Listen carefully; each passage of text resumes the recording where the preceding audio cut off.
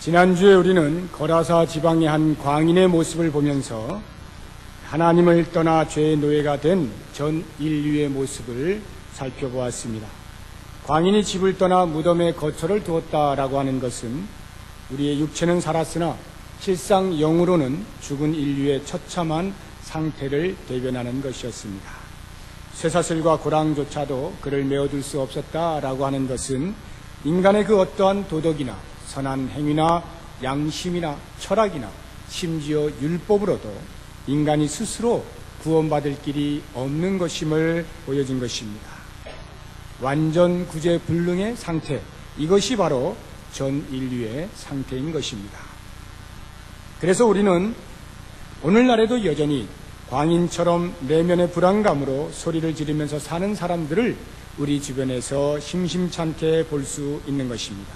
가정에서나 사회에서나 어느 장소를 막론하고 자신을 방어하는 소리들을 내며 때로는 자기도 이해할 수 없는 그러한 소리들을 지르며 사는 것입니다. 뿐만 아니라 자신이 하나님의 형상대로 지음받은 존재임을 알지 못한 채 끊임없이 자기 스스로를 학대하거나 또는 그 반대로 우쭐대면서 그 거룩한 하나님의 형상을 마구 파괴하며 살고 있는 것입니다. 철저하게 사단의 노예가 되어서 하나님의 성품과는 정반대되는 모습으로 사는 것을 오히려 더 편하게 사는 것이 인생인 것입니다. 그리고 그러한 삶은 결국 피차에 악 영향을 미치면서 모두가 함께 파국으로 치닫는 삶이 될 수밖에 없는 것입니다. 사단의 지배 아래에 있는 이 세상은 인류로 하여금 철저하게 광인의 삶을 살게 하는 것을 우리는 지금도 분명히 보고 있는 것입니다. 이와 같은 것이 우리가 보고 있는 마가복음 5장 1절로 5절까지의 말씀이라고 할 때 이제 우리가 오늘부터 본 6절부터는 그와 같은 인생의 대반전이 일어나는 것을 볼 수가 있습니다. 저는 오늘 본문의 말씀을 통해서 치유가 불가능한 상태로 진단받은 인류가 어떻게 새로운 생명을 부여받을 수 있는가라고 하는 것을 말씀을 드릴 것입니다. 그리고 그렇게 새 생명을 받을 수 있는 이유가 어디에 있는가 하는 것을 살펴볼 것입니다. 그리고 마지막으로 새 생명을 얻은 자는 그래서 어떠한 삶을 살아야 할 것인가 라고 하는 것을 찾아보고자 합니다. 먼저 치유 불가능의 상태로 진단받은 인류에게 있어서 어떻게 새로운 생명이 부여될 수 있는가라고 하는 것입니다. 다시 말씀드리면 하나님을 떠난 인간이 어떻게 하면 다시 하나님과 화목하게 될 수 있는가라고 하는 것입니다. 그 답은 우리가 모두 잘 알고 있는 것처럼 오직 예수 그리스도를 믿는 믿음으로 말미암아서입니다. 이와 같은 결론을 위해서 우리가 한번 말씀을 통하여 하나씩 추적하면서 그 답에 다시 한번 도달해 보도록 하겠습니다. 6절을 보시겠습니다. 그가 멀리서 예수를 보고 달려와 절하며 이렇게 나옵니다. 예수님께서 배에서 내리시자마자 광인이 멀리서부터 예수님을 알아보고 달려왔다는 것입니다. 그리고 넙죽 엎드렸다는 것입니다. 예수님과 광인의 만남이 이루어지는 순간입니다. 다만 한 가지 우리가 의아한 것은 왜 광인이 멀리서부터 예수님을 보고 달려와 절을 했을까라고 하는 것입니다. 이 6절의 표현에 의하면 마치 매우 반가운 사람을 만나기 위하여 쭉 달려가는 것과 같은 그러한 장면이 연상되지 않습니까? 제가 종종 이제 비행기를 이렇게 타고 집을 떠났다가 다시 돌아올 때가 되면 어김없이 제 아내가 공항에 나와서 맞이합니다. 마중을 나오는 거죠. 그러면 이제 제가 이렇게 공항을 나올 때 이 문이 착 열리잖아요. 문이 열리면 제 아내는 밖에서 그 문 열리는 것만 쳐다보고 있으니까 거기서 누가 나오나 할 때 제가 이렇게 나오면 얼마나 반갑겠어요. 그래서 막 쏜살같이 쫙 달려오는 것입니다. 물론 얼마나 기뻐서 그런지 모르겠습니다만 아무튼 쫙 달려오면 이 성경에 나와 있는 대로 달려와서 그 다음에 쫙 엎드리면 참 좋겠는데 엎드리진 않아요. 그리고 그냥 이렇게 포옹을 해줍니다. 그리고 외람됩니다만 이렇게 가벼운 입맞춤도 하고 뭐 이렇게 이제 하는데, 그렇게 하면 이제 제가 오랫동안 여행했던 그 모든 여독이 한순간에 싹 이렇게 풀리는 것입니다. 제가 이 6절의 말씀을 볼 때 그 생각이 금방 드는 거예요. 그러한 장면, 멀리서부터 보고 반가운 사람 쫓아가서 이 성경에 의하면 이제 넙죽 엎드리는 것이죠. 이렇게 되는 것 같은데, 의아한 것은 귀신이 무슨 영문으로 예수님을 그렇게 반기겠느냐라고 하는 것입니다. 우리가 다 알다시피 귀신하고 예수님이 친한 사이 아니잖아요. 그러니까 이렇게 귀신 들린 사람이 예수님을 보고 쫓아와 넙죽 엎드렸다라고 하는 것을 액면 그대로 이해를 해서는 좀 안 되겠다라고 하는 것입니다. 그러면 좀 다른 차원에서 이해를 해야 할 터인데 어떻게 이해할 수 있을까? 그 도움을 위해서 그 다음에 나오는 7절과 8절을 보시면 좋겠습니다. 그 7절과 8절에 나오는 말씀을 근거로 해서 6절의 내용을 볼 때 이 광인은 예수를 보고 달려온 것은 맞는데 달려와서 바로 절을 하지는 않았습니다. 그 사이에 무슨 일이 일어났던 거예요. 이제 제가 이 장면을 재구성해서 말씀을 드려보도록 하겠습니다. 광인이 절하기 위하여 달려온 것이 아니었다라고 하는 것인데요. 무슨 말인가 하면 이렇게 되는 것입니다. 웬 사람이 배에서 내렸어요. 그리고는 이제 무트로 이렇게 나오는 것입니다. 그런데 광인이 그것을 멀리서 본 거예요. 그렇게 보니까 아하, 이거 내 먹잇감이 왔구나 싶어서 지금 쏜살같이 달려간 것입니다. 광인이 어떤 사람인가요? 미쳤으니까 정상인이 오면 가만 놔두지 않죠. 왜 가만 놔두지 않느냐 하면 두려움을 줌으로 해서 내가 너보다 내가 너보다 힘세 라고 하는 것을 의시되고 싶은 마음이 있는 거예요. 그래서 성경에 보면은 지난주에 본 것처럼 그 광인 주변에는 아무도 가지 않잖아요. 무서워서. 그런데 마침 어떤 사람이 무트로 이렇게 나오고 있는 것을 보니 얼마나 기뻤겠어요. 예? 두려움을 줄 수 있는 대상이 생겼으니까. 그래서 쏜살같이 달려간 것입니다. 달려갔는데 막상 가서 보니 여느 사람하고 다른 도저히 근접할 수 없는 엄청난 영적 권위를 가진 예수님이 그 앞에 계신 거예요. 그만 이 귀신이 기가 질려버린 것입니다. 그런데 그 광인을 보고 예수님께서 먼저 말씀을 하십니다. 그것이 8절에 나오는 말씀인데, 이는 예수께서 이미 저에게 이르시기를 더러운 귀신아 그 사람에게서 나오라 하셨습니다. 이미 저에게 이르시기를, 그러니까 이 귀신이 예수께 달려가서 해하려고 할 때에 예수님이 먼저 말씀하신 거예요. 더러운 귀신아 그 사람에게서 나오라.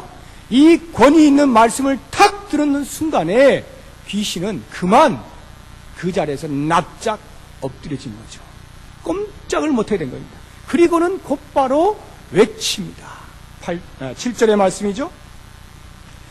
큰 소리로 부르짖어 가로되 지극히 높으신 하나님의 아들 예수여, 나와 당신과 무슨 상관이 있나이까? 원컨대 하나님 앞에 맹세하고 나를 괴롭게 마옵소서. 예수의 권위 있는 그 말씀을 듣고 이 광인은 바닥에 완전히 엎드려서 제발 목숨만 살려주십시오라고 빌고 있는 것입니다. 생각을 해보세요. 이 광인은요, 예수님을 만나기 직전까지는 아무도 그를 말릴 수 없습니다. 아무도 그를 당해낼 수가 없었습니다. 아무도 그의 근처에 가지를 못했습니다. 그래서 그는 자기가 최고라고 생각했는지 모르겠어요. 가장 지저분하고 가장 더러운 그 무덤에 살면서 마치 자기보다 더 자유스러운 사람이 없는 것처럼 착각을 하면서 그렇게 살고 있었다는 말입니다. 이 사람에게는 친구는 말할 것도 없고 가장 친한 혈통인, 혈육인 가족들마저도 그를 완전히 내어 놓았습니다.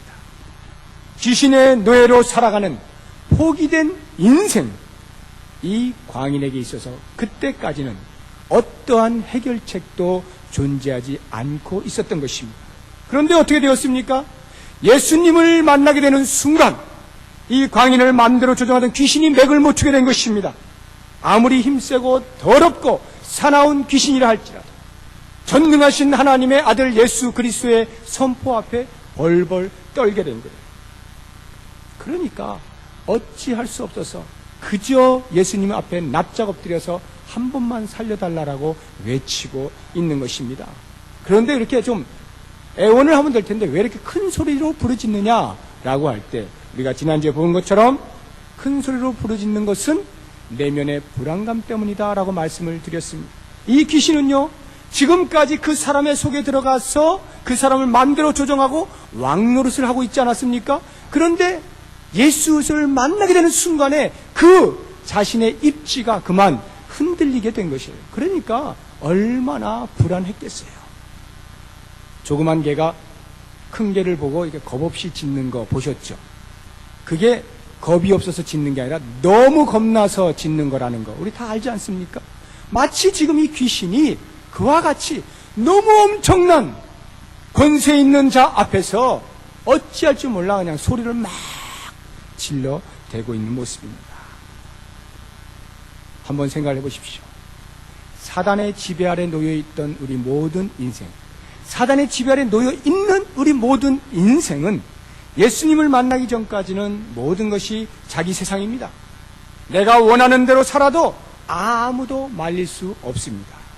그러나 예수님을 제대로 만나게 되면 그 다음 어떻게 됩니까? 꼬리를 내릴 수밖에 없죠. 예수님께서 전 인류의 죄를 대속하기 위해서 십자가에 달리신 그 사건은 사단이 이미 예수님의 발 아래 놓였음을 의미하는 것 아닙니까? 그러니까 예수를 만나게 되는 순간 사단은 그 발 앞에 꼼짝없이 꼬리를 내릴 수밖에 없다는 것입니다. 그러므로 예수님을 만나는 한에 있어서는 그 어떤 인생을 살았든지 어떠한 악한 사단에 의해서 조종되어 살아온 인생이라 할지라도 예수 그리스도를 만나는 한에 있어서는 전혀 새로운 삶, 영생을 얻을 수가 있다는 말입니다.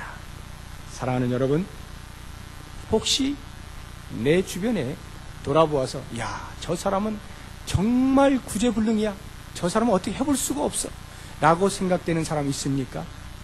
이 세상은 포기하고 나는 포기할 수 있을지 몰라도 예수님은 절대로 포기하지 않습니다. 이 세상은 우리 사람들은 무서워하고 피하고 포기해버릴런지 몰라도 예수님은 절대로 포기하지 않으신단 말입니다. 그 예수님을 만나기만 하면 누가 되었든지 영생의 길에 이룰 수가 있는 것입니다. 20세기 초반에 우리나라가 일제 치하에 있을 때 1910년대, 20년대 이때에 사람들은 이 깡패 김익두 하면 모두가 다 피해갔습니다. 하도 난리를 치는 사람이라 깡패 김익두가 나타났다면 다 피해갑니다. 그리고 한 사람 예의 없이 그 사람을 다 제껴둡니다. 사람도 아니야, 인간 쓰레기야, 이렇게 던져놓았습니다. 그런데 그 인간 쓰레기라고 하는 깡패 김익두에게 예수 그리스도께서 다가가셨습니다. 그리고 그를 만나주셨습니다. 그에게는 놀라운 변화가 일어났는데 영생을 선물로 받은 것뿐만이 아니라 그를 주께서 목사로 부르셔서 엄청난 일을 맡기셨습니다.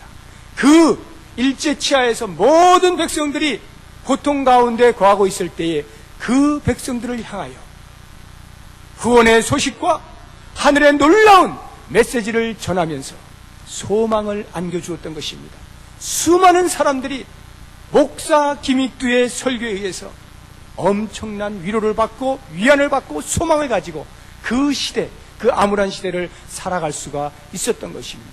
그래서 한국 교회사에서 김익두 세 글자는 결코 빼놓을 수 없는 믿음의 조상으로 기록이 되어 있는 것입니다.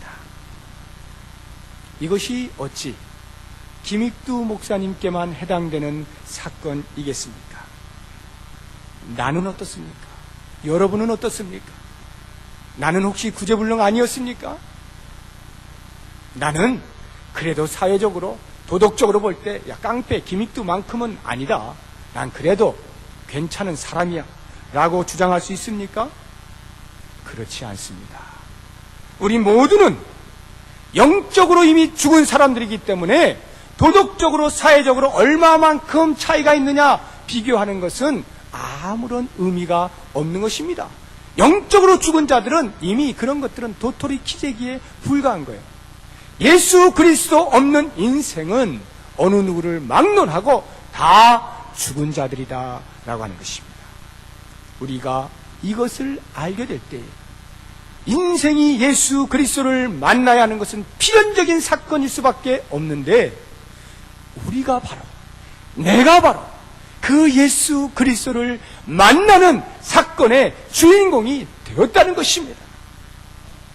이 만남의 사건이 나에게 일어났기 때문에 지금 내가 바로 이 자리에 있게 되는 것입니다.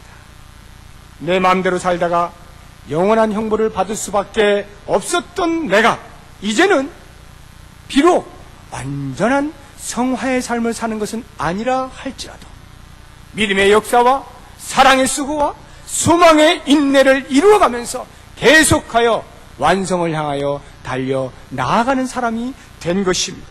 이것이 얼마나 감격스러운 일입니까? 예수 그리스도를 만날 때 그 어떤 인생도 나는 안 될 거야, 나는 이래가지고 뭐가 돼? 라고 하는 사람이라 할지라도 예수 그리스도를 만나는 순간에 인생의 답을 얻게 되는 것임을 분명히 믿으시기 바랍니다. 이제 그 다음에 우리가 생각해 볼 것은 왜 예수님께서는 이와 같은 벌레만도 못한 영 죽은 인생을 다시 살리셔서 새 생명을 부여하시고 하나님 나라의 백성으로 삼으셨는가라고 하는 것입니다. 그 이유는 단 한 가지입니다. 한 영혼을 천하보다 귀하게 여기시는 예수 그리스도의 우리를 향한 사랑과 긍휼의 마음, 이것이 답입니다. 10절을 보시면 광인의 속에 있던 귀신이 예수님을 만나서 결국 목숨만은 살려달라고 애원하는 모습이 나옵니다. 10절에 자기를 이 지방에서 내어보내지 마시기를 간절히 구하더니 이렇게 나오죠. 그러나 예수께서 사람을 얼마만큼 사랑하시고 살리시기를 원하시는지 잘 알고 있는 이 귀신은 예수께서 자기를 가만 놔두지 않을 것을 분명히 알고 있었습니다. 그래서 방도를 구하다가 마침 산 곁에 돼지떼를 발견하고는 아하, 저리로 들어가면 되겠구나 싶어서 예수께 요청을 한 것입니다. 제발 나를 저리로 보내주시고 목숨만은 살려주시오 라고 요청을 한 것입니다. 그때 예수께서 그 귀신의 요청을 응답해 주십니다. 이상하죠? 13절에 보니까 허락하신대 이렇게 나옵니다. 그의 요청을 허락하신 거예요. 그러자 이 군대라는 이름을 가진 귀신들이 돼지에게로 들어갑니다. 귀신이 하나가 아니란 말이에요. 군대, 집단을 이루고 있다는 거예요. 그래서 돼지떼에게로 들어가게 된 것입니다. 근데 결과는 어떻습니까? 돼지떼에게로 들어가자 그 돼지떼들이 깜짝 놀랐습니다. 이게 뭐야? 하고는 가만히 있다가 귀신이 들어오자마자 졸지에 모든 돼지떼 2,000마리나 되는 그 돼지떼들이 산비탈을 향하여 쭉 달려가더니 결국에는 바다로 다 빠져들어가 몰사해버렸습니다. 이 장면을 이제 볼 때에 귀신을 쫓아낸 것에 대해서는 참 많은 감동이 있는데 또 한편으로 야 그렇다고 해서 왜 그 비싼 돼지떼 2,000마리를 그냥 한꺼번에 죽였을까? 라고 하는 생각을 가질 수가 있어요. 그래서 실제로 이 부분을 놓고 예수님의 도덕성에 흠집을 내고자 비난을 하는 사람들이 있습니다. 그냥 고쳐주면 되지. 왜 2,000마리나 되는 돼지떼들을 다 수장시켰느냐 이겁니다. 상당히 설득력이 있죠. 왜냐하면 2,000마리나 되는 돼지떼 그것이 주인이 한 사람인지 여러 사람인지는 알 수는 없으나 아무튼 주인이 있지 않았겠습니까? 그럼 그 주인들에게는 사유재산인데 그 사유재산을 예수께서 한 영혼을 살린다라고 하는 명목하에 다 죽여버렸다는 것이죠. 아무런 이유 없이, 아무런 상의 없이, 그리고 아무런 대책 없이, 보상해준다는 말도 없이 그렇게 몰살시킨 것은 예수님의 도덕성에 흠집이 갈만하기도 하겠다 싶은 거예요. 그런데 이렇게 생각을 하는 것은 예수님께서 왜 그렇게 하셨을까에 대한 정확한 의도를 파악하지 못한 오해로 말미암은 것입니다. 예수님께서는 그 사건을 통해서 한 영혼을 얼마나 귀하게 여기시는가를 보여주시기 위해서 한 영혼을 향한 주님의 뜨거운 사랑과 자비의 모습을 상대적으로 증명하신 거예요. 이것은 단순히 2,000마리의 돼지값보다 한 영혼이 더 가치 있다라고 하는 것을 의미하는 것만이 아닙니다. 물론 우리 인생은 돼지 2,000마리 돈으로 환산한다 할지라도 그것보다 훨씬 한 영혼이 가치가 있어요. 우리가 우리 집안에 병든 자가 있으면 그것이 서로 불치의 병이라 할지라도 엄청나게 많은 돈이 든다 할지라도 그냥 놔둡니까? 절대 그렇게 하지 않죠. 정상적인 사람이라면 분명히 집 팔고 논 팔고 밥 팔고 다 팔아서라도 바닥 나서 더 이상 없을 때까지, 때로는 심지어선 빚을 져서라도 할 수 있는 데까지 다 하지 않습니까? 그게 보통 사람인 거예요. 그 정도로 사람의 목숨은 다른 그 무엇과 어떤 재물과 비교할 수 없는 가치를 가지고 있다라고 하는 것이죠. 그렇다고 하면 하물며 하나님께서 하나님의 형상대로 지음받은 인간을 다시 살리기 위해서 돼지 2,000마리 죽인 것이 무엇이 그리 큰 문제가 되겠습니까? 그 정도는 희생해도 되는 것이죠. 그러나 이 돼지떼의 죽음 뒤에는 그런 산술적인 계산에 의하여 측정할 수 있는 예수의 사랑 아닌 그것보다 훨씬 본질적이고 깊은 예수님의 우리를 향하신 사랑이 있는 것을 알아야만 합니다. 그것이 무엇인가 하면 귀신을 그냥 쫓아내는 것이 아니라 완전히 파멸시키는 것 아닙니까? 바닷가에 지금 바다로 쭉 달려 내려가게 해서 수장을 시켜버려, 완전히 파멸을 시켜버리는 것입니다. 왜요? 한 영혼을 구하시려고 하는 예수 그리스도의 의지가 얼마만큼 확고하냐라고 하는 것을 보여주시는 거예요. 예수님께서 왜 애매한 그 돼지떼의 귀신으로 들어가게 해서 모든 돼지들을 바다에 수장시켰겠습니까? 단순히 인간이 돼지보다 귀하다는 것을 보여주기 위함만이 아니란 말입니다. 이 귀신이 군대를 이루고 있다 할지라도, 얼마나 강력한 힘을 가지고 있다 할지라도 그들을 다 죽여서라도 반드시 한 영혼을 살려내고야 말겠다라고 하는 우리를 향하신 강력한 하나님의 사랑을 우리에게 보여주고 있는 것입니다. 바로 이 사랑 때문에 예수께서는 그 갈릴리 호숫가에서 배를 타고 일부러 남들이 가기 싫어하는 이방 땅 거라사 지방까지 와서 이 미친 사람을 만나 주신 것입니다. 바로 이 인간을 향한 사랑 때문에 유대인들이 그렇게 가기 싫어하는 그 사마리아 땅을 일부러 가로질러서 올라가 수가성에 있는 우물가의 한 여인을 만나 주시는 것입니다. 바로 이 사랑 때문에 그저 물고기나 잡고 인생을 마치려고 하는 그 사람들을 만나 제자 삼으시고 사람 낚는 업으로 바꾸어 주시는 것입니다.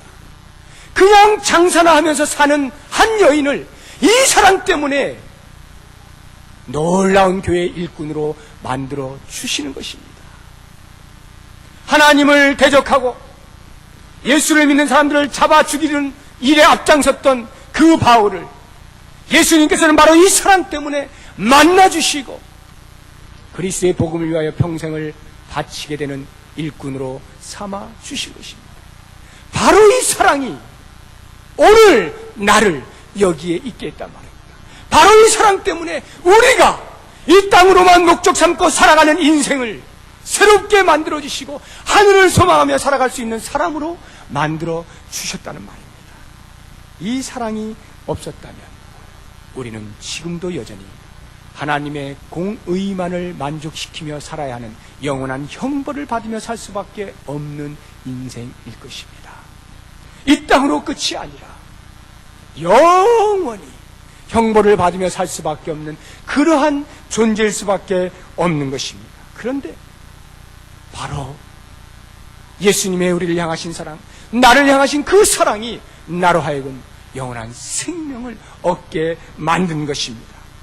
우리에게 임한 구원의 은혜를 가능케 한 유일한 이유, 그것은 바로 예수님의 우리를 향하신 사랑 때문인 것입니다.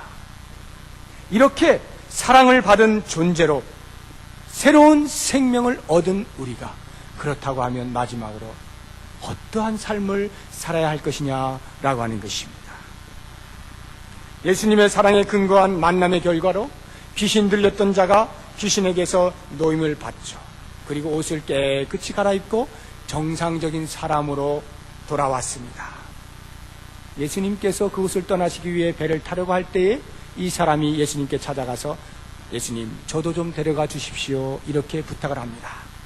여느 때 같으면 예수님께서 그래 같이 가자 하셨을런지 모르겠지만 이때에 예수님께서는 오히려 그에게 No, 안 돼 라고 말씀하십니다.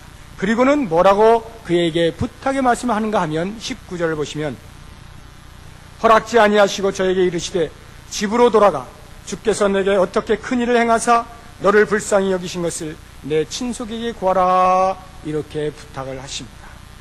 예수님을 만나서 새 생명을 얻은 자는 인격적인 변화, 사회적인 변화를 다 얻을 뿐만 아니라 이제 새로운 사명까지 받게 되는 것을 알 수가 있습니다.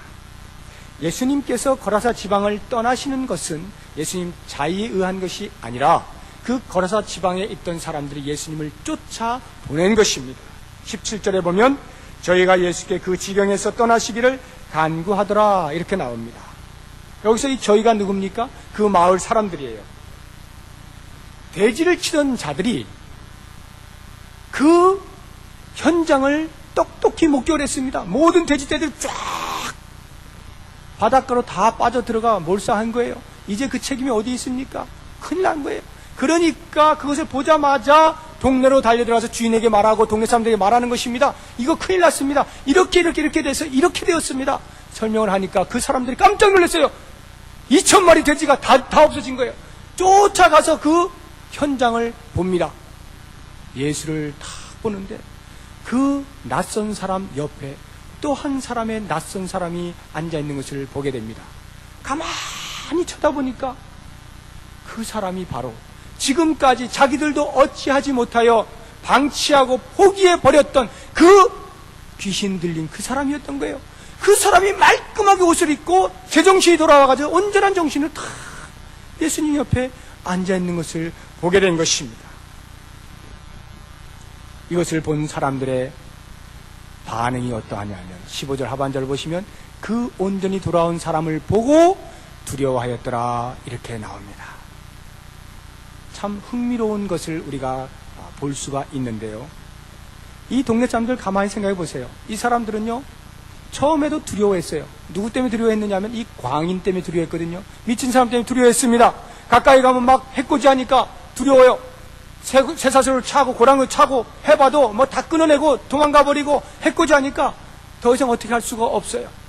너무나 두려운 마음에 아예 그와는 대면을 하지 않는 것입니다. 가까이 가지 않는 것입니다.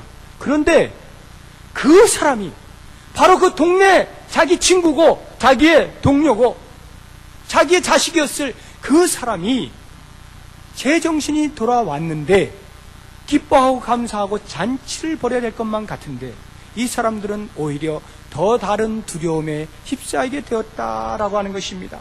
어떤 두려움이었습니까? 도대체 이 예수가 누구냐? 자기들이 아무리 노력해도 고칠 수 없었고 정상으로 돌릴 수 없었던 이 귀신을 쫓아낸 이 사람은 과연 누구냐? 여기에 너무나 놀라버린 거예요. 거기에다가 그냥 고친 게 아니라 자기 재산 다 몰살시켰잖아요. 돼지 2,000마리 다 죽여버린 거예요. 그러니까 이 사람들이 두려워 어쩔 줄 모르는 것입니다. 그 다음 단계는 어떻게 될까? 또 우리 재산 무엇을 또 없애지지 않을까? 걱정이 된 것입니다. 그래서 이 예수를 마치 더 큰 귀신인 것처럼 착각을 하고 빨리 우리 동네에서 나가주시면 감사하겠습니다, 이렇게 간청을 해서 내어 쫓고 있는 것입니다. 무엇을 말하고 있습니까? 사람들의 눈에는 예수가 하나님의 아들이신 것이 보이지 않는 거예요. 지금 귀신을 쫓아내는 그러한 기적을 베풀어 줌에도 불구하고 그들의 눈에는 안 보여요. 왜요? 믿음의 눈으로 보지 못하니까. 예수가 그저 더 큰 귀신 정도로밖에는 안 보이는 것이었습니다. 예수님께서 이렇게 이렇게 귀신을 쫓아내고 한 영혼을 새롭게 고쳐주신 것은 바로 이것이 하나님의 일하심이다라고 하는 것을 보여주기 위해서였습니다. 그것을 위하여 그 먼 곳에서 배를 타고 일부러 거라사 지방까지 온 것입니다. 그런데 그들은 그 예수님을 알아보지 못하고 배척을 하니까 예수님께서 할 수 없이 배를 타고 떠나시면서 원래 예수님께서 그 지방에 품고 있던 마음, 그 지방에 있던 사람들도 복음을 들어야 한다라고 하는 한 영혼에 대한 강렬한 사랑의 마음을 이 고침받은 자에게 전가해 준 것입니다. 위임해 준 것입니다. 그래서 이 사람이 자기를 따라오려고 할 때 예수님이 만류하고 너는 이곳에 남아서 이 지방에서 너에게 행한 일, 너에게 나타난 일이 무엇인가를 그들에게 증거하라, 이렇게 부탁을 하신 것입니다. 사랑하는 성도 여러분, 예수 그리스도는 이 땅에 바로 이와 같은 인류 인생, 구원을 알지 못하는 사람들을 구원하시기 위하여 새 생명을 주시기 위하여 오셨습니다. 그런데 많은 사람들은 그 예수님을 외면합니다. 오히려 더 두려워하면서 배척합니다. 거부합니다. 자기들의 삶이 크게 변화되기를 두려워합니다. 원치 않습니다. 그래서 자꾸 예수님을 멀리하는 거예요.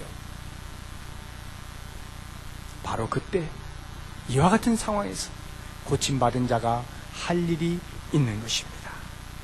자기에게 일어난 일을 내 친구에게, 내 동료에게, 내 동네 사람들에게 말하는 것입니다. 우리는요, 예수 그리스도로 말미암아 고침받은 사람들입니다.